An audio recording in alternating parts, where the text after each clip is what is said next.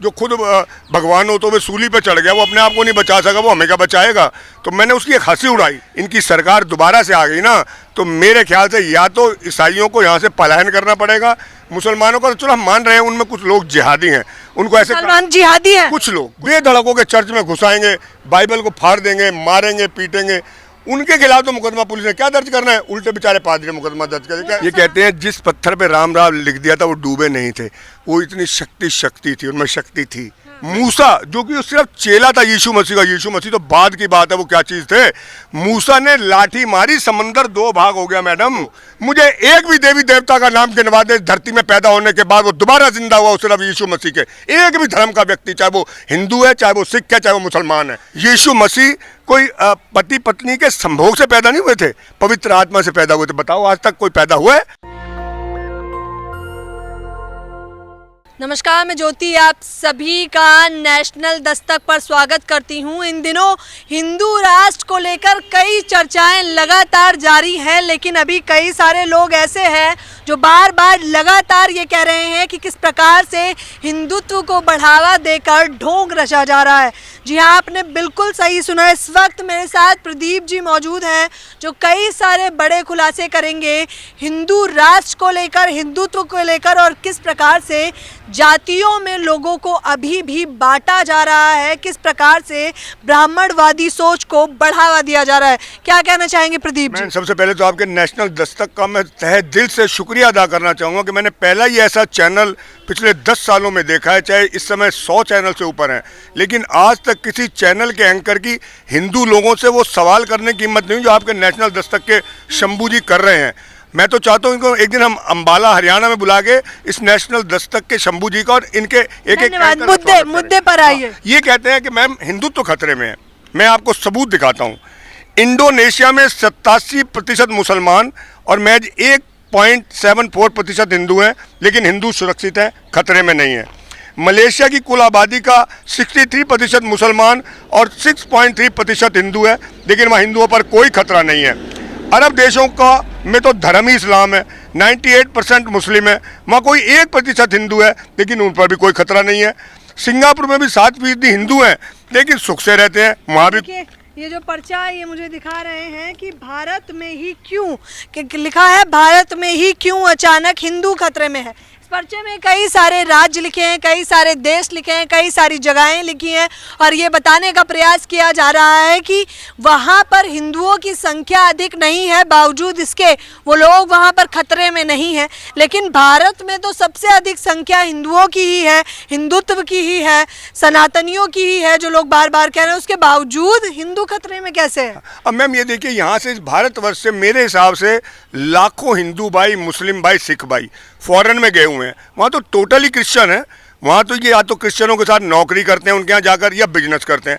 आज तक आप इतने बड़े चैनल के रिपोर्टर हैं मैम, आज की तारीख तक हमने नहीं सुना कि यहाँ से लाखों लोग वहाँ पर जाकर नौकरी कर रहे हैं, बिजनेस कर रहे हैं। यहाँ के गए किसी हिंदू को आज तक उन्होंने वहाँ पर उसका धर्म परिवर्तन नहीं करा। जब टोटल का टोटल साम्राज्य क्रिश्चियनों का है, वहाँ तो किसी और सरकार से पूछने की भी जरूरत नहीं है। आपका कौन धर्म परिवर्तन करवा रहा है? कोई धर्म, मैं खुद हिंदू परिवार से था मैम, 92 में शिवसेना का प्रेसिडेंट था। मैंने अपनी मर्जी से अपना धर्म परिवर्तन करा है। मैंने एक क्रिश्चियन लड़की से शादी करी थी, ये कहते हैं धर्म परिवर्तन कराते हैं। 84 में मेरी शादी हुई थी। सन 2001 तक मेरी पत्नी की कभी हिम्मत नहीं पड़ी थी मुझे ये कहते मंदिर चलो या गुरुद्वारे चलो। मैं जबकि 5-5, 6-6 घंटे पूजा पाठ करता था, 9 आरती में जब तक कर नहीं लेता था मेरी दिनचर्या शुरू नहीं होती थी। कहते हैं मंदिर में पुजारी लेट हो जाता था, मैं उससे पहले पहुंचा होता था। 2001 में मैं क्यों करा आपने? क्रिश्चियन में क्यों? मैं बताता हूँ मैम, 2001 में मेरी जवान बेटी +2 में पढ़ रही थी जीसस मैरी कॉन्वेंट स्कूल में। वो अपने नाना नानी के पास करनाल गई हुई थी और सड़क क्रॉस करी थी मोपेड से। एक ट्रक ने उसके छींटे उड़ा दिए, कुचल दिया था मेरे बच्चे को, सिर्फ खोपड़ी रह गई थी। उसके बाद उसकी खोपड़ी मेरी आंखों से हटती नहीं थी। मेरी दिन की शुरुआत नशे से होती थी। अगर मैं 5 बजे उठता तो मुझे नशा चाहिए, और रात को जब तक मेरी गर्दन नहीं लग जाती तब तक मैं नशा करता था। एक दिन मेरी पत्नी ने बड़ी डरते हुए मुझसे आके कहा, क्योंकि वो जानती थी कि मैं हिंदू को कितना कट्टर हिंदू हूँ। उसने मुझे फिर भी डरते हुए कहा, अगर कहो तो घर पे किसी पादरी को प्रार्थना के लिए बुलाएं। मगर तेरा पादरी क्या करेगा, हमारे 33 करोड़ देवी देवता हैं, वो नहीं कुछ कर पाए। जब से मैंने तेरे से शादी करी मेरे सारे परिवार वालों ने मुझे छोड़ दिया, मेरी जवान बेटी चली गई, क्या तुम्हारा वो करे। कहती चलो मैं भी तो आपके साथ मंदिरों में गुरुद्वारों में पीरों पर जाती रही हूँ, आप वो पादरी आएंगे आपने, मैंने कहा मैं करूँगा कुछ नहीं। वो कहती कोई बात नहीं। कट्टर हिंदू थे, कट्टर। लेकिन आपकी पत्नी ने आपको ये कहा, सजेशन दिया कि पादरी आ जाएं, तो आपने उन्हें बुलाया। नहीं, उसने ये कहा, मैं बेटी की वजह से परेशान था ना, मेरा उसका चेहरा बच्ची का हटता नहीं था मेरे, समझ गई मैं। तो मैं बोला भी बुला लो, मुझे कोई टेंशन नहीं, मैं कुछ करूँगा नहीं। तो वो पादरी साहब आते थे, मुझे नहीं पता 5-7 मिनट वो क्या प्रार्थना करते थे, मुंह से कुछ नहीं बोलते थे, बस लास्ट में आमीन बोल के चले जाते थे। मैंने तीसरे दिन अपनी पत्नी से कहा, मैं कि आमीन शब्द तो कोई मुसलमानों का लग रहा है, भाई आमीन का क्या मतलब है। तो वो बोली आमीन का मतलब है परमेश्वर ऐसे ही हो जाए।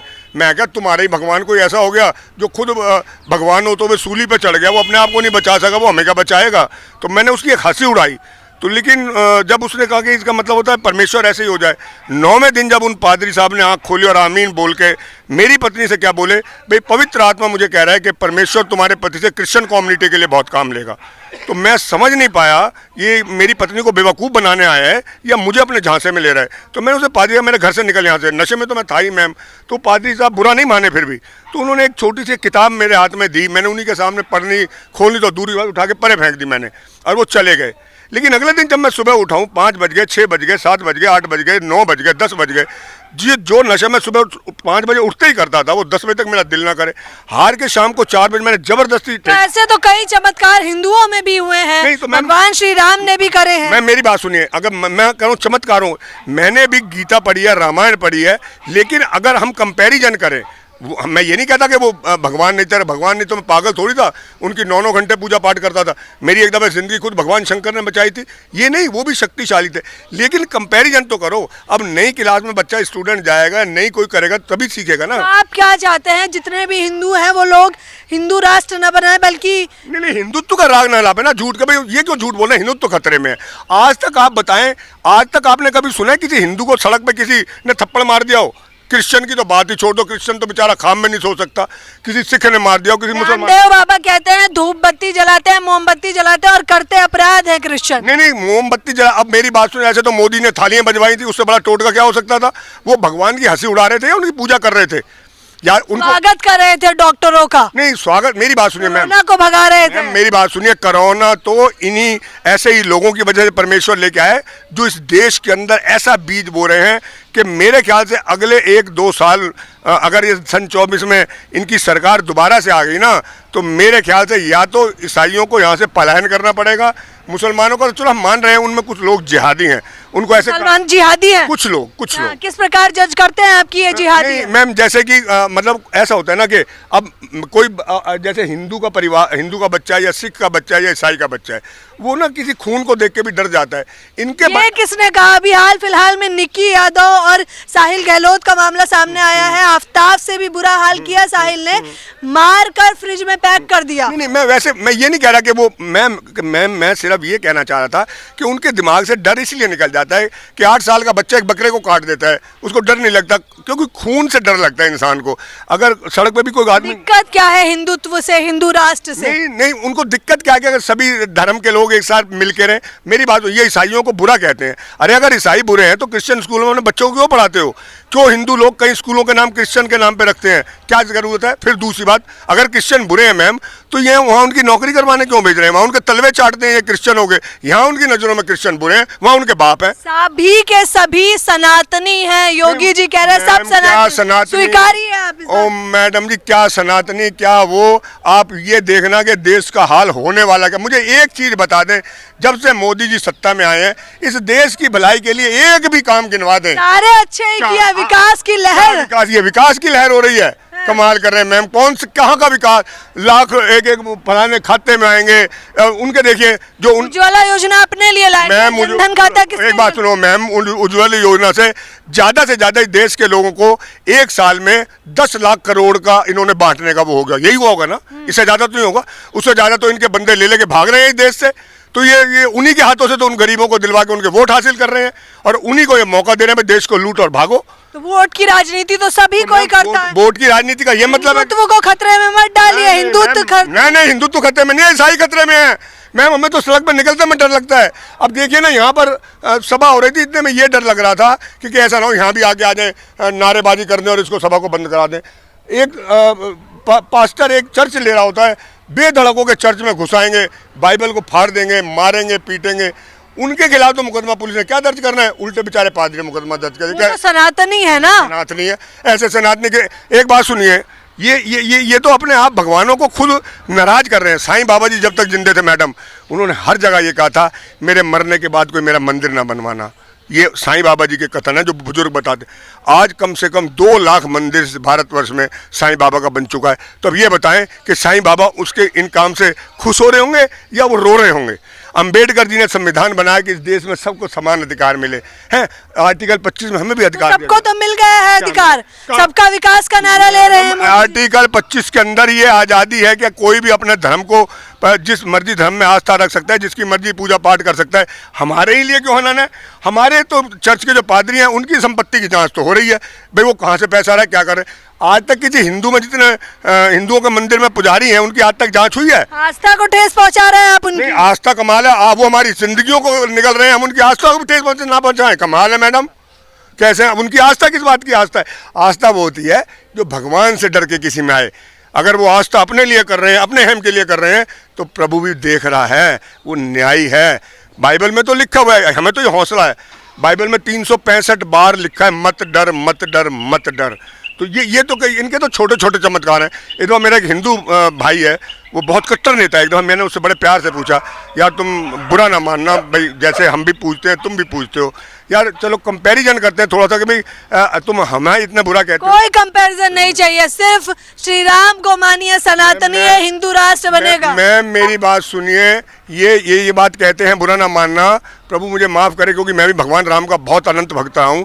ये कहते हैं जिस पत्थर पे राम राम लिख दिया था वो डूबे नहीं थे, वो इतनी शक्ति थी, उनमें शक्ति थी। मैं इस बात का कहा, लेकिन वो बाइबल का एक प्रसंग तो पढ़ लें। बाइबल के अंदर एक सीन ऐसा आ गया था कि 40 लाख लोगों को लेके मूसा जा रहा था, पीछे से सेना आ गई, आगे समंदर था। समंदर एक ऐसी चीज़ है जिसकी तह नहीं दिखती है। मूसा जो कि सिर्फ चेला था यीशु मसीह का, यीशु मसीह तो बाद की बात है, वो क्या चीज़ थे। मूसा ने लाठी मारी, समंदर 2 भाग हो गया मैडम। किसी कटोरी का पानी 2 भाग तो करके दिखा दो। ऐसे तो सियावर रामचंद्र ने कईयों ऐसे चलो सारी बात करे हैं। सारी बात छोड़ दो, मुझे एक भी देवी देवता का नाम गिनवा दे धरती में पैदा होने के बाद वो दोबारा जिंदा हुआ सिर्फ यीशु मसीह के। एक भी धर्म का व्यक्ति, चाहे वो हिंदू है, चाहे वो सिख है, चाहे वो मुसलमान है, मुझे ये दिखा दे, मैं अपनी गर्दन कटा दूंगा कि मरने के बाद कौन जिंदा हुआ है। हिंदुओं में ये जरूर है 7 व्यक्ति आज भी जिंदा है, वो मरे नहीं है, लेकिन मरे तो नहीं है ना। मरेंगे, मरने के बाद जिंदा हो फिर मानेंगे ना हम। भगवान तो हमारे आसपास है, आपके भगवान मैम कहना, दिखाई नहीं दे। मैम एक बात बताइए, बुरा ना मानना, आप एक महिला हैं, मेरे बेटी की तरह हैं। आपने आज तक कहीं सुना है साइंस में कि 90 साल के आदमी का बच्चा पैदा हो जाता हो? सुना है? सारा और अब्राहम को 90 साल की उम्र में बच्चा पैदा हुआ।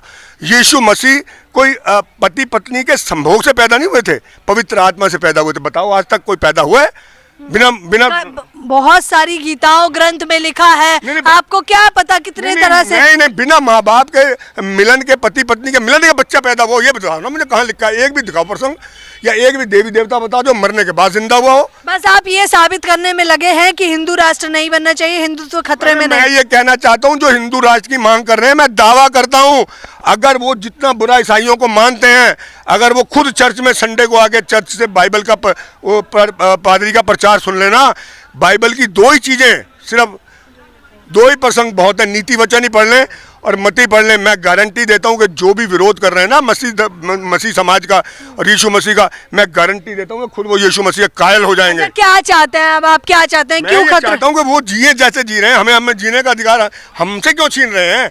हमारे चर्चों में क्यों हमले कर रहे हैं? हमारे ही साथ क्यों अनदेखी हो रही है? हम क्या बुरे हैं? अगर बुरे हैं तो फिर हटाओ ना अपने स्कूलों में से क्रिश्चियन बच्चों को। अगर आज ये फॉरेन में इतने लोग गए हुए हैं वहाँ पे, अगर पॉप जो हमारे एक ही हैं सिर्फ, यहाँ तो सरकार को राज्यसभा में वोटिंग करानी पड़ेगी, लोकसभा में वोट डालने पड़ेंगे, विधानसभा में एमएलए की गिनती होगी। वहाँ तो अगर पोप जी ने एक बात कह दी कि जितने भी भारतवर्ष से हिंदू आए हुए हैं उन्हें वापस भेज दो, तो जिन माँ बाप ने पता नहीं कैसे कैसे कर्जे ले लेके कैसे मर मर के अपने बच्चों को भेजा है, अगर वो वापस इंडिया में आ जाएंगे तो क्या हाल होगा उनका। देखिए कई कितनी बड़ी बात कह रहे हैं, ये कह रहे हैं क्रिश्चियनों का जो अपमान इस तरह से भारत में किया जा रहा है, तुम्हारी आस्था आस्था हमारी आस्था का कुछ नहीं, ये कैसी राजनीति चल रही है इस देश में और हिंदुत्व कैसे खतरे में है। पूरा पर्चा लेकर आए हुए हैं इतने सारे राज्यों के साथ, थाईलैंड है, वियतनाम, हाँ देश है, यूरोपियन है, अरब है, सिंगापुर है, कई सारे हैं जहां पर हिंदुओं की संख्या कम है, फिर भी वो लोग ये नहीं मानते कि हिंदुत्व खतरे में है।